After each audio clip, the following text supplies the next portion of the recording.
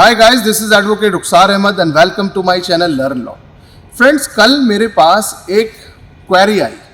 एक क्लाइंट ने मुझे फ़ोन किया और उसने कहा कि सर, मैं सन 2014 से अपने मकान के ऊपर जो मैंने लोन लिया था उसका मैं मुकदमा लड़ रहा हूँ। सन 2023 अब आ चुका है, अब तमाम केसेस में हार चुका हूँ और कोर्ट के अंदर आर्बिट्रेशन का अवार्ड भी मेरे खिलाफ आ गया है। कोर्ट के दूसरे केसेस थे वो भी मैं हार चुका हूँ।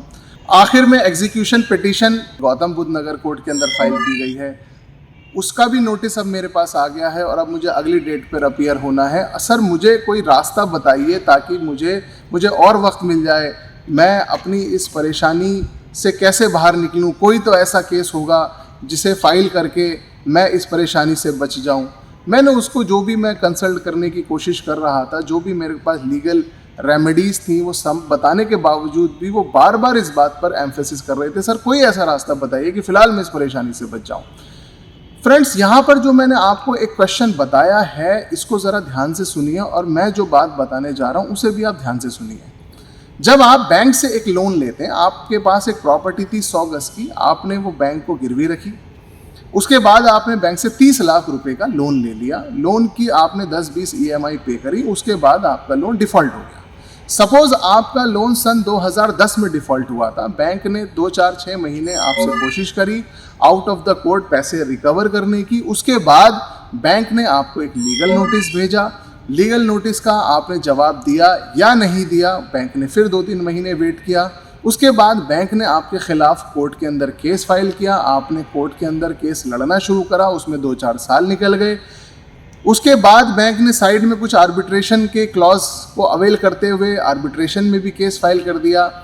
वो भी आपने लड़ा, वो भी केस आप हार गए। फिर बैंक ने फाइनली एग्जीक्यूशन पिटीशन फाइल करी और फिर वहाँ एग्जीक्यूशन पिटीशन फाइल करने के बाद आपके खिलाफ आपकी प्रॉपर्टी को अटैच करने के, कुर्क करने के ऑर्डर आ गए हैं।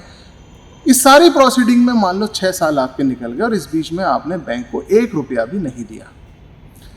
6 साल जो ये आपकी ज़िंदगी के निकले हैं, मैं यहाँ पर एक अपने क्लाइंट्स को एडवाइस करता हूँ कि ये वो टाइम था जब आपको बैंक को एक भी EMI देने की ज़रूरत नहीं पड़ी, क्योंकि आप ऑलरेडी केस लड़ रहे थे। फ्रेंड्स, ये जो 6 साल थे, सही मायने में कोई भी वकील आपको, ये वक्त होता है जो आपको अपनी कानूनी पेचीदगियों से और डिलेइंग टैक्टिक्स से आपको ये वक्त दिलाता है। सपोज़ आपकी EMI 30,000 रुपये थी, आप 30,000 रुपये देने की पोजीशन में नहीं थे, लेकिन आपके पास अगर 10,000 रुपये महीना भी सेव करने की कैपेसिटी थी तो आपको इस बीच में 10,000 रुपये महीना सेव करने चाहिए थे।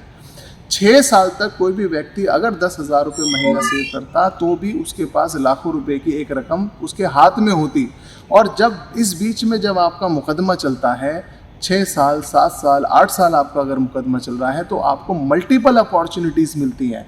आपको मीडिएशन में जाने का रास्ता मिलता है, आपको लोक अदालत में जाने का रास्ता मिलता है, आपको वो बैंक के साथ आउट ऑफ द कोर्ट बात करने का भी मौका मिलता है। बहुत सारे रिकवरी एजेंट्स भी आपके पास आते हैं कि हम आपका ये लोन 50% में राइट ऑफ करा देंगे, सेटल करा देंगे। फ्रेंड्स, एक लालच कि हमें ये पैसा ना देना पड़े, हमारी प्रॉपर्टी भी बच जाए, ये एक गलत लालच है। जो क्लाइंट एंडलेसली ये वेट करते रहते हैं कि जब तक कोर्ट का स्टाफ हमारे घर के बाहर हमारी प्रॉपर्टी को खाली कराने नहीं आ जाएगा तब तक हम केस लड़ते रहेंगे। फ्रेंड्स, ये एक गलत तरीका है। कोई भी वकील आपका केस जीत कर नहीं दे सकता अनलेस एंड अनटिल बैंक ने आपके साथ कोई फ्रॉड किया है।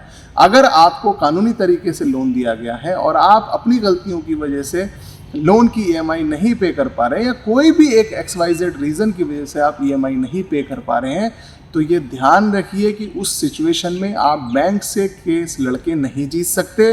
अल्टीमेटली कोई भी मेरे जैसा वकील आपके लिए मैक्सिमम टाइम बाय करता है ताकि हम अपने क्लाइंट को इतना वक्त दिला सकें कि हमारा क्लाइंट जो फाइनेंशियल क्राइसिस में फंसा हुआ है उस फाइनेंशियल क्राइसिस से निकल के कुछ पैसा सेव कर ले और बैंक के साथ फाइनली सेटलमेंट कर ले।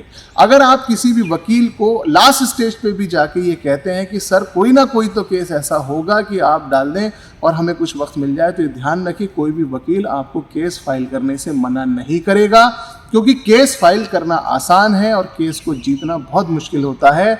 तो आपसे केस फाइलिंग करने की फीस ली जाती है, कि इसको जीतने और हारने की फीस हम लोग नहीं लेते हैं। आई होप जो मैंने डिटेल में ये वीडियो बनाई है आपकी समझ में आया होगा। इसके बावजूद भी अगर कोई ऐसी क्वेरी है जो आपके माइंड में है, आप पूछना चाहते हैं, आप मुझसे इनबॉक्स में लिखिए, मैं उसका टाइमली आपको रिप्लाई करने की कोशिश करूंगा। लास्ट में मेरी आपसे रिक्वेस्ट है कि अगर आपको मेरी वीडियो अच्छी लगी हो तो प्लीज़ इसे लाइक करें, शेयर करें और मेरे चैनल को सब्सक्राइब करें। Thank you.